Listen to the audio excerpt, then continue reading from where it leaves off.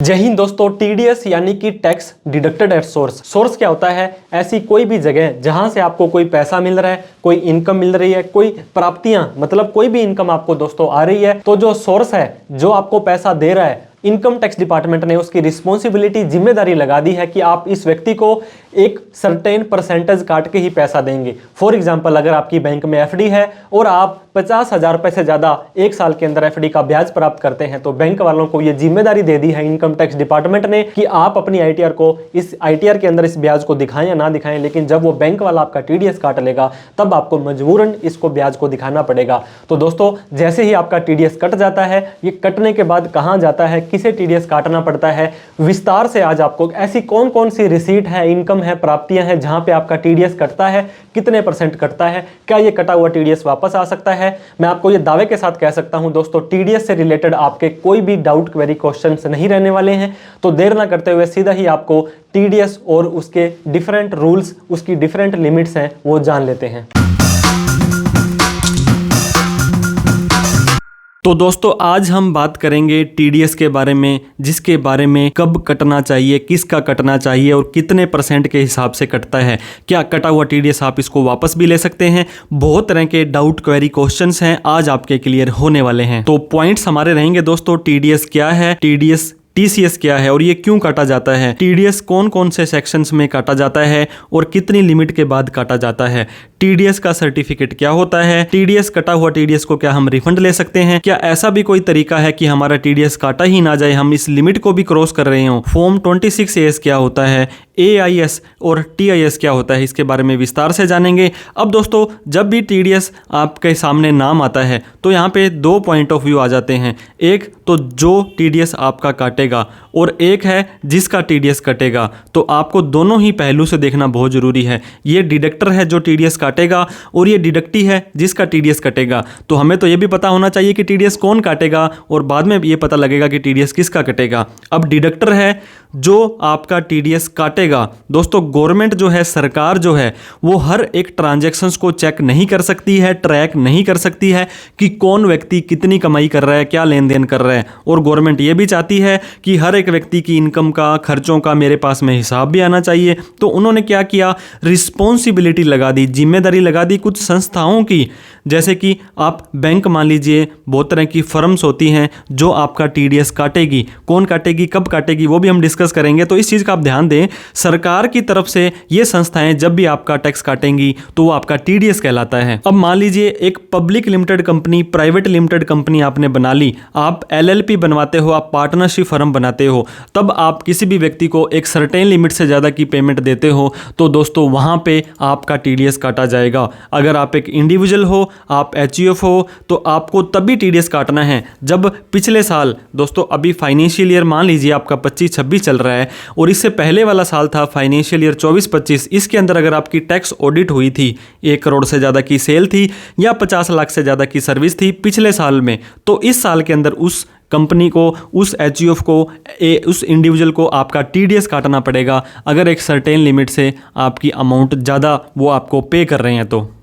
और जो भी टीडीएस काटेगा आपका, उनको दोस्तों TAN यानी कि 10 नंबर लेना पड़ेगा, टैक्स पेयर अकाउंट नंबर। जैसे कि आपका पैन नंबर होता है दोस्तों, पैन नंबर में तो टीडीएस कटता है, लेकिन ये काटा 10 नंबर के द्वारा जाता है। फिर आपका टीडीएस काटा जाएगा, जो भी टीडीएस आपका काटा है वो सरकार को जमा करा दिया जाएगा। फिर टीडीएस की रिटर्न भर के सरकार को बताया जाएगा कि हमने इस पैन कार्ड में इतना टीडीएस काटा है। जब भी साल या 3 महीने खत्म होंगे, फॉर्म 16 साल बाद होता है, 16A हर 3 महीने बाद आपको जारी करके दिया जाएगा, जिसमें लिखा जाता है कि आपका इस साल का इस सेक्शन के अंदर इतना अमाउंट दिया और आपका इतना टीडीएस हमने काटा है। अब दोस्तों, मैं आपको बता रहा था कि टीडीएस एक ऐसा तरीका है जो टैक्स की चोरी को रोकने के लिए बनाया गया था और जिम्मेदारी लगा दी है कि आपको टैक्स काटना है, आप पेयर हैं, आप किसी को पेमेंट करने से पहले एक सर्टेन परसेंटेज के ऊपर टीडीएस काट कर ही उस व्यक्ति को पेमेंट देंगे। तो दोस्तों, TDS need to be deduct if paying any amount जो कि उस लिमिट से ज्यादा चला जाता है। मैं जैसे कि आपका एम्प्लॉयर आपको सैलरी दे रहा है, आपने किराए पर दुकान मकान दिया तो आपको किराया मिल रहा है, कॉन्ट्रैक्ट इनकम आ रही है, प्रोफेशनल फीस आ रही है, इन सभी के बारे में हम विस्तार से डिस्कस करेंगे। टीसीएस दोस्तों टैक्स डिडक्टेड एट सोर्स होता है। मान लीजिए मैंने आपको 1 लाख रुपए देने हैं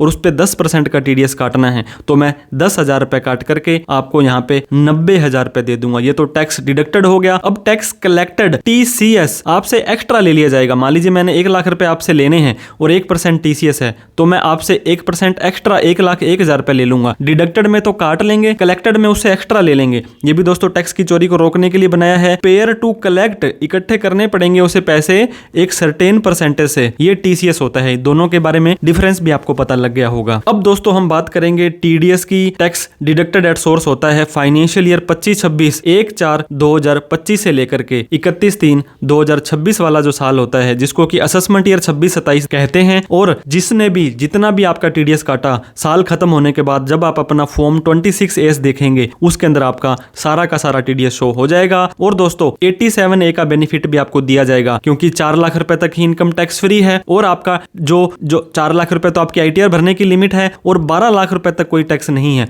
मान लीजिए 12,75,000 है, तो वहां तक आपका सैलरी पर टीडीएस नहीं काटा जाने वाला है। दोस्तों जब भी टीडीएस की बात आती है, पैन नंबर की भी बात आनी जरूरी है, परमानेंट अकाउंट नंबर। दोस्तों कोई भी टीडीएस काटा जाएगा डिडक्टर के द्वारा, वो कहां जमा करेंगे? जमा तो इनकम टैक्स को करेंगे, लेकिन आपके पैन कार्ड में करेंगे। मैंने आपको 1 लाख रुपए का एग्जांपल दिया था, 10,000 काट करके 90,000 तो आपको दे देंगे, बाकी का 10,000 रुपए सरकार को जमा कर देंगे और आपके पैन कार्ड में जमा करा देंगे, जो कि आपके फॉर्म 26A में आ जाएगा। अगर आपके पास पैन कार्ड ही नहीं है दोस्तों, टीडीएस तो वो फिर भी काटेगा, लेकिन आपका ज़्यादा काटेगा और 26A में भी शो नहीं होगा और आप उसका रिफंड भी नहीं ले पाएंगे। तो कोशिश करें जहां पर भी इस लिमिट से ज़्यादा का ट्रांजैक्शंस करें तो आप अपना पैन कार्ड दें। दोस्तों 2.5 लाख रुपए तक कोई भी टैक्स आपका नहीं लगेगा। सर टैक्स तो 12 लाख तक माफ हो गया, आप 2.5 लाख ही क्यों बोल रहे हो? क्योंकि दोस्तों 2 टैक्स रिजीम है, ओल्ड और न्यू। ओल्ड के अंदर अभी भी 2.5 लाख रुपए ही है, 2.5 से 5 पर 5% है, 5 लाख से 10 लाख पर 20 है, 10 लाख से ऊपर 30% है। जितनी भी तरह की डिडक्शंस और एग्जम्पशंस लेने के बाद अगर आपकी इनकम 5 लाख तक आ जाती है तो आपका टैक्स सारा का सारा माफ हो जाएगा। 5 लाख से ऊपर जाने के बाद आपको 2.5 लाख के बाद ही टैक्स देना पड़ जाएगा। और आप 12 लाख रुपए वाली जो बात कर रहे थे, ये न्यू टैक्स रिजीम के लिए है। यहां पर भी दोस्तों टैक्स स्लैब तो 4 लाख रुपए से ही स्टार्ट हो जाती है, जो कि आपकी बेसिक एग्जम्पशन लिमिट है। 4 लाख के बाद आपको आईटीआर भरनी मैंडेटरी है। 4 लाख से 8 लाख पर 5%, 8 लाख से 12 लाख पर 10%, 12 से 16 पर 15%, 16 से 20 पर 20%, 20 से 24 पर 25%, 24 लाख से ऊपर इनकम पर 30% है। लेकिन 12 लाख की तो यहां भी फ्री नहीं बताई। जिस व्यक्ति की इनकम 12 लाख रुपए तक है, 87A सेक्शन कहता है उसका ये जो टैक्स बनेगा, ये 60,000 बनेगा, वो हम सारा का सारा माफ कर देंगे। 12 लाख से ऊपर इनकम चली जाती है, मार्जिनल रिलीफ का बेनिफिट नहीं मिलता है, तो 4 लाख के बाद ही आपको टैक्स देना पड़ जाएगा। टीडीएस का सबसे ज्यादा और यूज होने वाला सेक्शन 192 है। अगर आपको दोस्तों सैलरी की इनकम आ रही है, अगर आपको पेंशन की इनकम आ रही है, तो यहाँ पर 10%, 20% इस तरह से कोई रेट नहीं है। ये आपको टीडीएस तो कटेगा, लेकिन आपके स्लैब रेट के हिसाब से कटने वाला है। ओल्ड हो चाहे न्यू हो, पहले आपको उनको बताना पड़ेगा। और आपकी लिमिट क्या है दोस्तों? जब आपकी टैक्सेबल लिमिट से क्रॉस कर जाएगी, यहाँ पे अगर आपकी 12 लाख रुपए तक सैलरी आती है तो कोई भी टीडीएस नहीं काटा जाएगा। हालांकि 75,000 की स्टैंडर्ड डिडक्शन अलग से और मिल जाती है। अगर उससे ज्यादा चली गई तो आपको दोस्तों यहाँ पे टीडीएस कटवाना पड़ जाएगा। अगर आप एम्प्लॉयर को नहीं बताते हो न्यू में जाना है या ओल्ड में जाना है, तो आपका टीडीएस वो न्यू के हिसाब से काटा जाएगा। सेक्शन 192A दोस्तों टीडीएस कटेगा अगर आप pre mature withdrawal employee provident fund से पैसा निकालते हो 50,000 से ज्यादा का, तो 10% का टीडीएस काटा जाएगा। इन सभी कटे हुए टीडीएस को आप अपनी आईटीआर में दिखा करके रिफंड ले भी सकते हैं, नहीं भी मिल सकता है, डिपेंड करता है कि आपकी ओवरऑल इनकम कितनी है। सेक्शन 193 के अंदर इंटरेस्ट ऑन सिक्योरिटीज 10,000 से ज्यादा का ब्याज मिलेगा तो आपका वो 10% टीडीएस काट लेंगे। सेक्शन 194 दोस्तों अगर आपने शेयर मार्केट में पैसा लगाया है और लगा करके छोड़ दिया है, तो कोई भी कंपनी कभी भी आपको डिविडेंड दे सकती है। डिविडेंड यानी कि लाभांश। एक कंपनी 10,000 से ज्यादा का डिविडेंड देती है तो 10% का टीडीएस आपका काट कर ही देने वाली है। सेक्शन 194A ये भी बहुत ज्यादा यूज होता है। ये दोस्तों अगर आपको इंटरेस्ट मिला है अदर देन सिक्योरिटीज, आपने बैंक में पैसा लगाया, कोऑपरेटिव सोसाइटी में लगाया, पोस्ट ऑफिस में लगाया, FD, RD, senior citizen saving scheme, अगर आपको 50,000 से ज्यादा का ब्याज मिल गया पूरे साल में एक बैंक का, दोस्तों 2 बैंक हैं, दोनों 40,000 का ब्याज दे रहे हैं, तो टीडीएस नहीं कटेगा। अदरवाइज 10% का टीडीएस कटेगा। अगर आपकी उम्र 60 साल से कम है। अगर आपकी उम्र 60 साल से ज्यादा है तो इस लिमिट को 1 लाख रुपए कर दिया है, जो कि सीनियर सिटीजन के लिए है। बैंक वगैरह के एफडी में 1 लाख तक का टीडीएस नहीं काटा जाएगा। और दोस्तों इसके अलावा भी आपको कोई ब्याज दे सकता है। मान लीजिए एक सेठ है, एक आड़तिया है, एक दुकानदार है जिसकी टर्नओवर 1 करोड़ से ज्यादा थी, उसको आपने पैसा दिया और उसकी टैक्स ऑडिट हो रही है, वो आपको 10,000 रुपए से ज्यादा का अगर ब्याज देगा तो 10% का टीडीएस आपका काट लेने वाला है। 194B के अंदर lottery, winnings, card game, crossword puzzle. दोस्तों आपने फैंटेसी गेम्स और ये ड्रीम 11 ये सब देखे थे, 10,000 से ज्यादा की अमाउंट मिलेगी तो 30% का टीडीएस काट लिया जाएगा। ऑनलाइन गेमिंग के अंदर दोस्तों 10,000 से ज्यादा की अमाउंट मिलेगी, 30% का टीडीएस काट लिया जाएगा। इसके अलावा 194BB के अंदर भी 30% का टीडीएस आपका काट लिया जाएगा। 194C का मतलब दोस्तों कॉन्ट्रेक्चुअल भी हो सकता है। अगर आपने कहीं पे आप काम कर रहे हो, मान लीजिए आपने किसी सरकारी संस्था का काम करना है, उन्होंने बोला कि 1 लाख में ये सारा का सारा काम आप कर दो, तो इन्होंने ठेका दे दिया, हमें कॉन्ट्रैक्ट दे दिया। अगर आप इंडिविजुअली एचयूएफ हो तो आपका 1% कटेगा। अगर आप इसके अलावा कंपनी हो, एलएलपी हो, फर्म हो तो आपका 2% कटेगा। अगर एक बार में 30,000 से ज्यादा की ट्रांजैक्शंस दी तो उस पे कटेगा, लेकिन 25,000, 25,000, 25,000, 75,000 दे दिया और एक बार 20,000 दे दिया तो 95,000 दे दिया तो टीडीएस नहीं कटेगा, क्योंकि एग्रीगेट पूरे साल की मिलाकर के 1 लाख की लिमिट है। लेकिन एक बार में 30,000 से ज्यादा दे देते हो तो टीडीएस कटेगा। 194D दोस्तों इंश्योरेंस का कमीशन। अगर आप एलआईसी के अंदर या किसी भी life insurance, term insurance, health insurance में काम करते हो, कंपनी का दोस्तों 10%, डोमेस्टिक का, अदर देन का 2%, जो कंपनियों के अलावा व्यक्ति हैं 20,000 से ज्यादा का कमीशन आपको मिलता है तो टीडीएस काटा जाएगा। 194DA बहुत तरह की ऐसी पॉलिसियां होती है दोस्तों जो सेक्शन 10(10)D के अंदर एग्जम्प्ट नहीं होती है, वो टैक्सेबल होती है। 1 लाख से ज्यादा की मैच्योरिटी मिली है तो 2% का टीडीएस काट लिया जाएगा। 194E नॉन रेजिडेंट, कोई स्पोर्ट्समैन है या स्पोर्ट्स पर्सन है दोस्तों, किसी भी कंट्री का कोई यहाँ पे खिलाड़ी खेलने आते हैं, उनका 20% टीडीएस काट कर ही उनको पेमेंट दी जाती है। इसके अलावा 194EE payment on amount of standing the credit of a person under NSS national saving scheme, 2500 से ज्यादा का ब्याज मिलेगा, 10,000 का टीडीएस 10% के हिसाब से काट लिया जाएगा। 194G दोस्तों पेमेंट मिली आपको कमीशन के तौर पर, लॉटरी की टिकट आप बेचते हो, जैसे आपने सुना होगा पंजाब स्टेट लॉटरी, तो ये वेंडर होते हैं वो, जो अगर आपको 20,000 से ज्यादा का कमीशन मिलता है उनको तो 2% टीडीएस उनका काट लिया जाएगा। 194H कमीशन, ब्रोकरेज, दलाली, इस तरह की कोई भी अमाउंट आपको 20,000 से ज्यादा की मिलेगी, 2% का टीडीएस काट लिया जाएगा। 194I दोस्तों आपने रेंट पर दे दी कोई प्रॉपर्टी और आपका 10% के हिसाब से काट लिया जाएगा टीडीएस। अगर जो आपको रेंट दे रहा है वो आपको 50,000 से ज्यादा का किराया, यानी कि 6 लाख से ज्यादा का कोई भी आपको इनकम आती है तो दोस्तों आपका टीडीएस काट लिया जाएगा। और वहीं पर अगर प्लांट एंड मशीनरी को रेंट पर दिया है तो 10% की जगह 2% का टीडीएस आपका काटा जाएगा, लिमिट सेम है। 194IA दोस्तों प्रॉपर्टी परचेज की आपने, तो जो आपने चाहे दुकान खरीदा हो, प्लॉट खरीदा हो, एग्रीकल्चर लैंड के अलावा 50 लाख से ज्यादा की प्रॉपर्टी खरीदोगे, मान लीजिए आपने 60 लाख रुपए की प्रॉपर्टी खरीदी है तो ये टीडीएस खरीदने वाले को काटना है 1%। मान लीजिए 60 लाख की प्रॉपर्टी है तो 60,000 उसका आपको काट लेना है, आपको 59,40,000 रुपए ही उस व्यक्ति को देने हैं। तो सामने वाला जो सेलर होगा उसको ये टीडीएस कट कर ही पैसा मिलने वाला है, क्या कि वो अपनी आईटीआर में दिखा दे। 194IB के अंदर दोस्तों रेंट की पेमेंट कोई व्यक्ति करता है, जो इंडिविजुअल है, एचयूएफ है, उसके ऊपर दोस्तों टैक्स ऑडिट एप्लीकेबल नहीं होती है। नॉर्मल सैलरी वाला, जैसे कि एक बैंक मैनेजर है, आप बड़े शहर में जाकर के 50,000 से ज्यादा का किराया ऑन रिकॉर्ड किसी को देते हो, 2% का टीडीएस उसका काटना पड़ेगा। 194J professional fees, doctor, engineer, lawyer, chartered accountant, इन सभी को दोस्तों अगर आप 50,000 से ज्यादा की पेमेंट देंगे तो 10% का टीडीएस काटना पड़ेगा। इसके अलावा 194K के अंदर दोस्तों पेमेंट ऑफ एनी इनकम, कोई यूनिट्स हुई है आपको म्यूचुअल फंड की, डिविडेंड वगैरह आया है, 10% का टीडीएस काट लिया जाएगा। LA के अंदर कोई कंपनसेशन मिला है दोस्तों आपको, आपकी कोई प्रॉपर्टी गवर्नमेंट ने एक्वायर कर ली थी तो 5 लाख से ज़्यादा के ऊपर 10% का टीडीएस काटा जाएगा।